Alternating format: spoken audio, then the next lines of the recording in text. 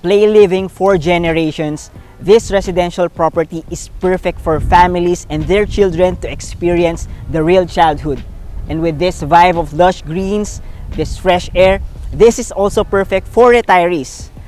I am Amor Almogera, I am Mr. Own That Property, and welcome to Solen Residences.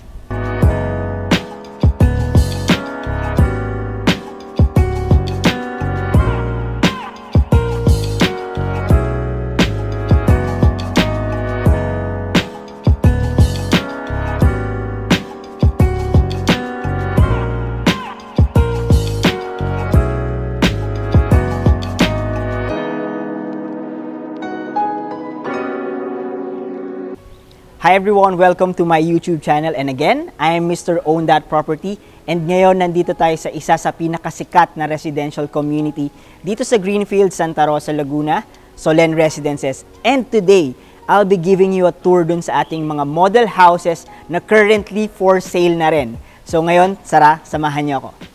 So pagpasok natin dito sa Solen Residences, bubungad sa atin itong napakalaki at napakagandang clubhouse. So this is a 1.3 hectares na clubhouse with dito sa kinatatayuan ko ngayon isang napakalaking function hall. So this one is 700 square meters. So I myself have experience attending events dito sa mismong function hall na to, and I could say na very top notch, and yung inatinan ko mismo ng event, those are weddings na they were really happy to experience kung ano man yung meron dito sa amenities ng clubhouse na to. So dito, makikita rin natin sa magandang clubhouse na to ay yung mga function rooms, meron ding mga available na children's pavilion, meron ding gym.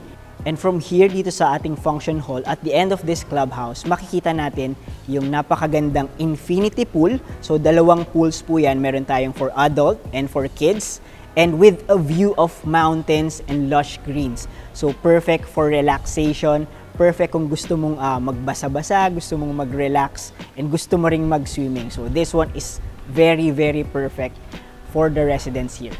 And also meron din on the side na mga sun loungers, may mga tables and chairs, which is perfect for relaxation and if you want to take your time off.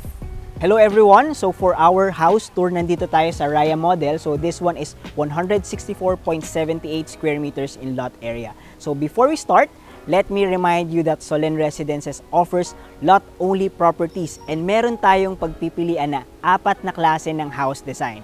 So to start with Raya, tara puntahan natin tong bahay na to. So to start with, nakikita nyo, napapansin nyo na hindi siya gated.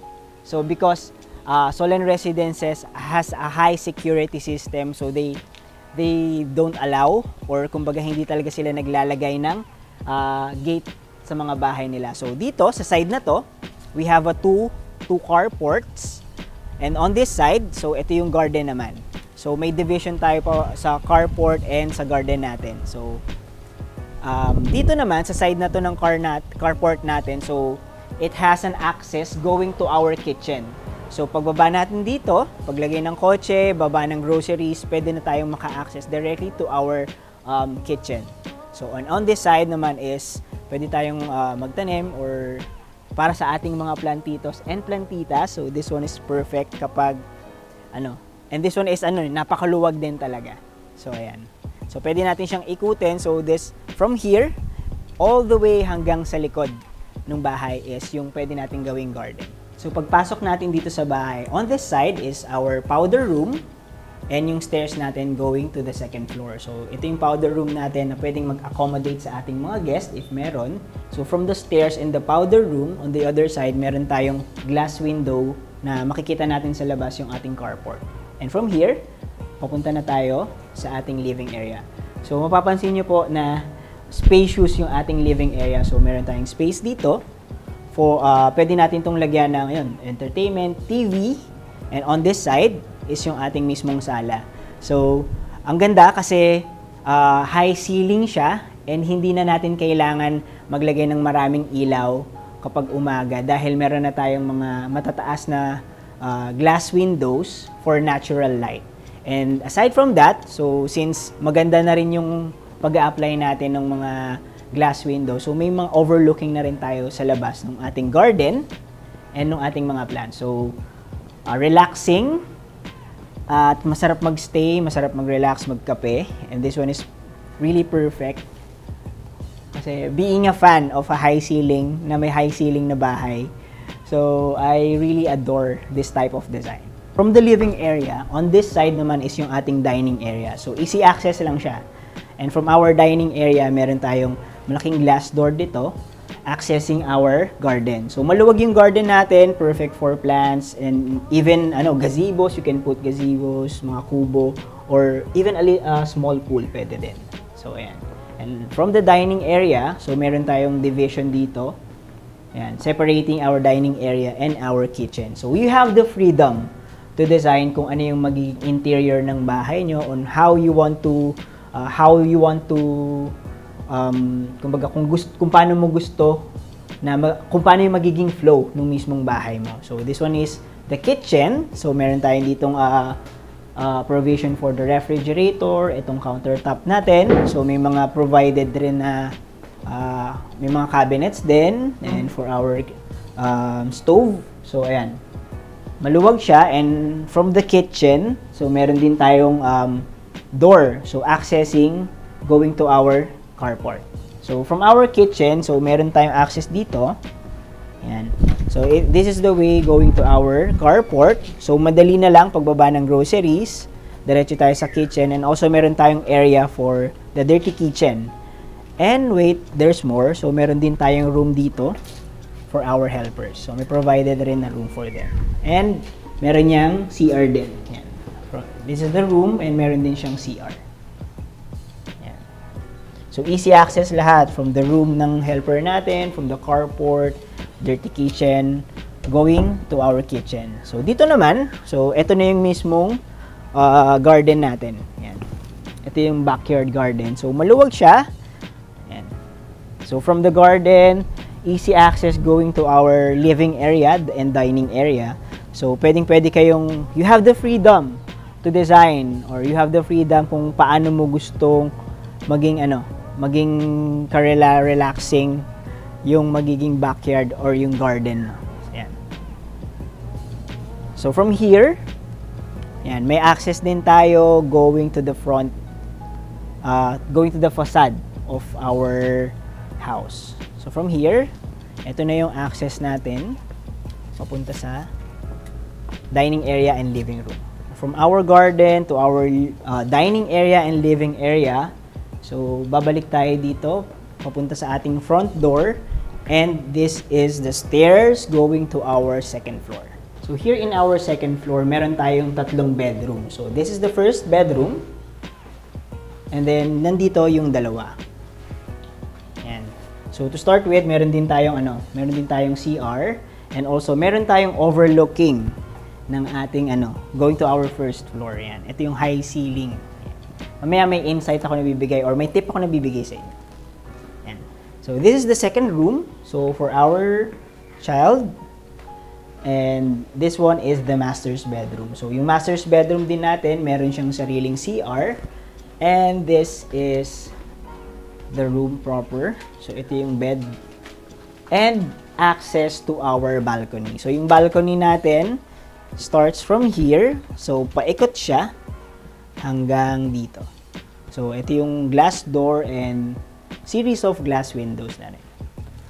Ayan. So, again, you have the freedom kung paano mo i-design, kung paano mo i-locate yung mga furnitures mo dito.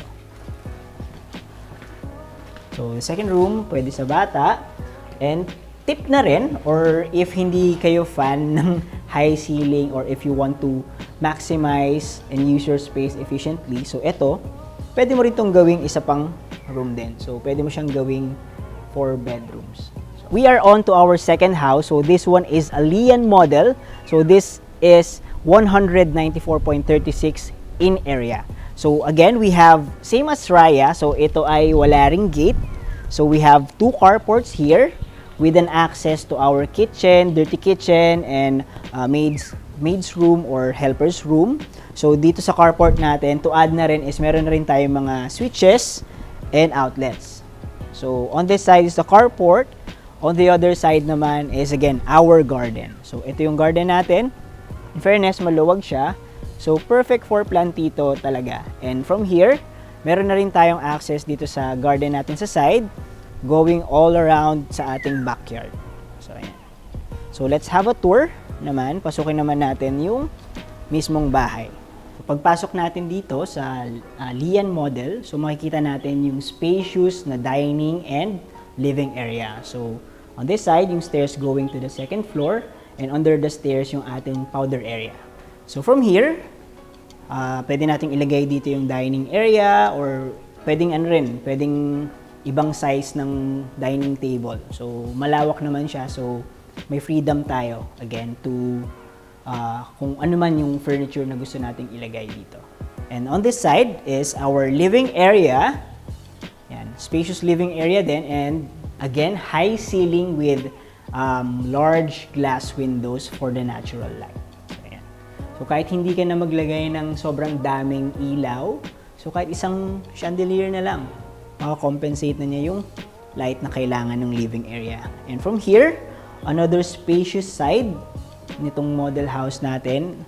Ayan. So, you can turn this one into mga stante, pwedeng mini library, or pwede ring office area. So, you can put your office table here. So, perfect for work from home.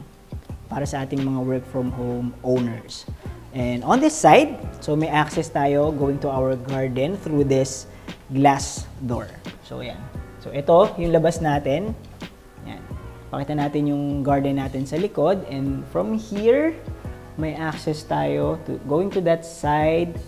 And from that side, papunta sa ating front porch. So, from our living area and this dining table, so opposite ay makikita na natin yung ating kitchen. So, meron tayong countertop dito. Merong countertop, merong overhead cabinet. So, again, you have the freedom to construct, to design your own house, yung interior ng house natin. So, pwedeng wala to or pwedeng meron din.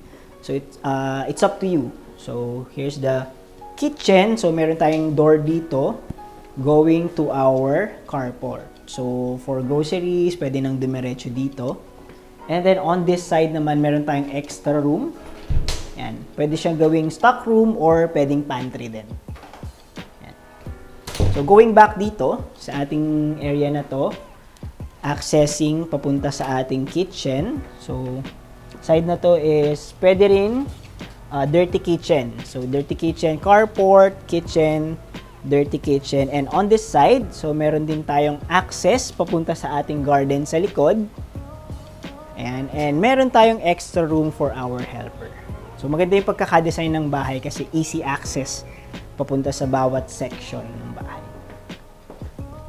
So, from here, kitchen, dining area, the entrance, and yung powder room, this is the stairs going to our second floor. Here is our second floor. So, this is the hallway. We have 3 rooms. So, 2 for the children and 1 for the master's bedroom. So, to start with, these are the rooms. So, room number 1 and room number 2. And we also have a bathroom dito sa ating second floor.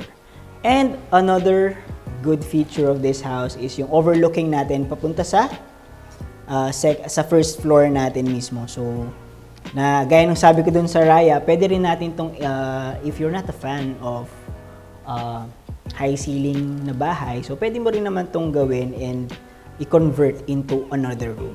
So, ayan. So, from here, this is the master's bedroom. Ayan. This is the master's bedroom. So, spacious. So, you can put a queen size or king size bed here. And we have glass windows papunta. Ayan. Going to our balcony. So, overlooking na ating balcony and yung labas ng bahay. Ayan. So, for natural light din and for presko din na kung gusto natin na maging mahangin yung room if ever. Ayan. So, on this side naman, so sa master's bedroom, kita yung balcony. So, meron naman tayong separate door papunta sa ating mismong balcony. Ayan. So, yan. So, spacious din siya. Ayan.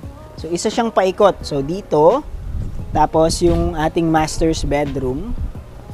And then, the balcony extends up to here. So, meron pa tayong extra space dito. So, pwede mo rin siyang lagyan ng tables and chairs for parang personal space or parang private space ng mag-asawa. Just to drink coffee, to have breakfast then. Solen Residences is situated in a prime location here in Greenfield City, which is easily accessible dun sa ating mga commercial spaces such as Solenad, New Valley, and other establishments such as SNR, Landers, and hospitals such as Qualimed. Aside from the commercial spaces, malapit din tayo sa mga universities dito sa Laguna. So perfect ito for families dahil nandito na si UST Laguna, De La Salle Laguna, and malapit lang din tayo dun sa newly launched na UE Laguna. So technically sold out na talaga dito si Solen Residences. But good news guys, meron tayong newly launched na phase. So ranging from 150 to 200 square meters at average 47,000 pesos per square meter. So if you want to know more about the available lots sa ating new phase, you can contact me after watching this video. As you can see, even Solen Residences is situated in an exclusive or private area. It is very accessible through South Luzon Expressway. So malapit lang tayo sa SLEX, so just 10 to 15 minutes away. And also malapit lang din tayo sa Calax. So going to Nuvali, so this is just 15 minutes away lang din. To know more about Solen Residences, pwede nyo akong i-reach out sa aking mga social media accounts. So I'm in Facebook, Instagram, and in TikTok at Mr. Own That Property, and also dito sa YouTube, Mr. Own That Property, so you can hit that notification bell, click that subscribe button for more real estate tips. So if you want to know more, if you want to acquire this beautiful property here in Solen Residences, you can send me a message and let me help you own that property.